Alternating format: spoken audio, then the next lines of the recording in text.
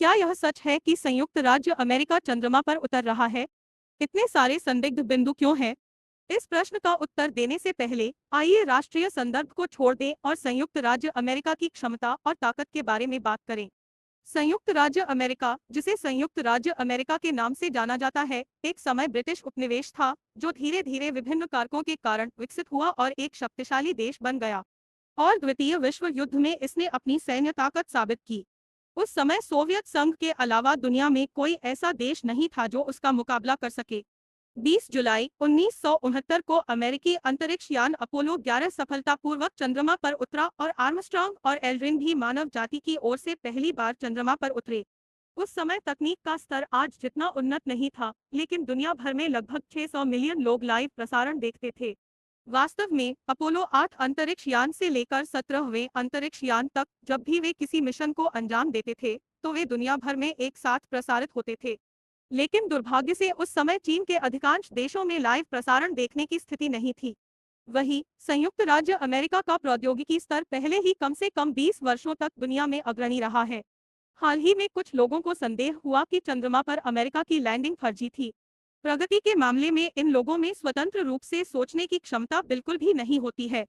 Landing के दिन दसियों देशों ने एक साथ लाइव प्रसारण देखा और 600 मिलियन से अधिक दर्शकों ने इस पर कोई सवाल नहीं उठाया। उसी दिन चंद्र मास की 15 तारीख को चंद्रमा पर सोवियत जांच ने इस पर कोई सवाल नहीं उठाया। अपोलो 8 से 17 के लॉन्च से लेकर पुनर्प्राप्ति तक के दर्शकों, जिनमें साइट पर मौजूद सभी लोग भी शामिल थे, ने इस पर कोई सवाल नहीं उठाया।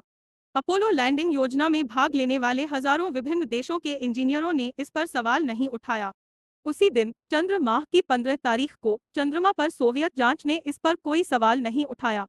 अपोलो 8 से 17 के लॉन्च से लेकर पुनर्प्राप्ति तक के दर्शकों, जिनमें साइट पर मौजूद सभी लोग भी शामिल थे, ने इस पर कोई सवाल नहीं उठाया। अपोलो लैंडिंग योजना में भाग लेने वाले हजारों विभिन्न देशों के इंजीनियरों ने इस पर सवाल नहीं उठाया।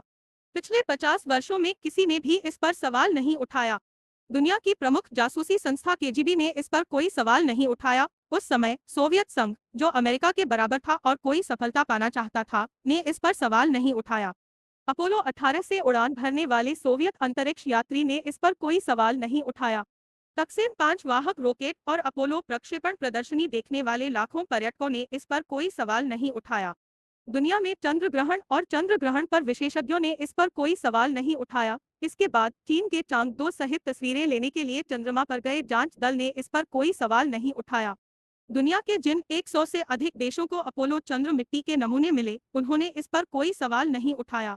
लेकिन यह वह घटना थी जो इतिहास में दर्ज होने के लिए काफी थी, लेकिन इंटरनेट पर कुछ सिद्धांत विश्लेषकों के कारण खो गई। उन्होंने इस पर सवाल उठाया और मानव इतिहास की इस महान उपलब्धि को कम आंकने की कोशिश करने के लिए कुछ तथाकथित सबूत निकाले। यहाँ तक कि अपोलो 1 ने भी 3 अंतरिक्ष यात्रियों एडवर्ड व्हाइट, विजय ग्लीसन और रोजर चावेस का बलिदान दिया। तारों के बिना चंद्र पृष्ठभूमि की चर्चा में राज्य का झंडा क्यों तैरता था और पत्थर के पैर क्यों हिलते थे? क्या आप सबसे पहले भौतिकी प्रतिनिधि के रूप में अपनी पहचान बता सकते हैं? कुछ मूर्खतापूर्ण कारण ढूंढने के बाद तथाकथित सत्य समझ में आने लगता है। यह एक हास्यास्पद त्रासदी है। शायद बहुत से लोग यह नहीं जानते होंगे कि अब तक केवल एक ही अंतरिक्ष यान सौर मंडल से बाहर गया है। यह अमेरिकी अंतरिक्ष शटल नंबर था। एक को 1977 में लॉन्च किया गया था। आज तक मानव इतिहास में सबसे बड़ा अंतरिक्ष दूरबीन संयुक्त राज्य अमेरिका द्वारा 1990 में लॉन्च किया गया हबल स्पेस टेलीस्कोप अभी भी सामान्य रूप से काम कर सकता है। यह पहली बात है जो आर्मस्ट्रांग ने चंद्रमा पर कदम रखते समय कही थी।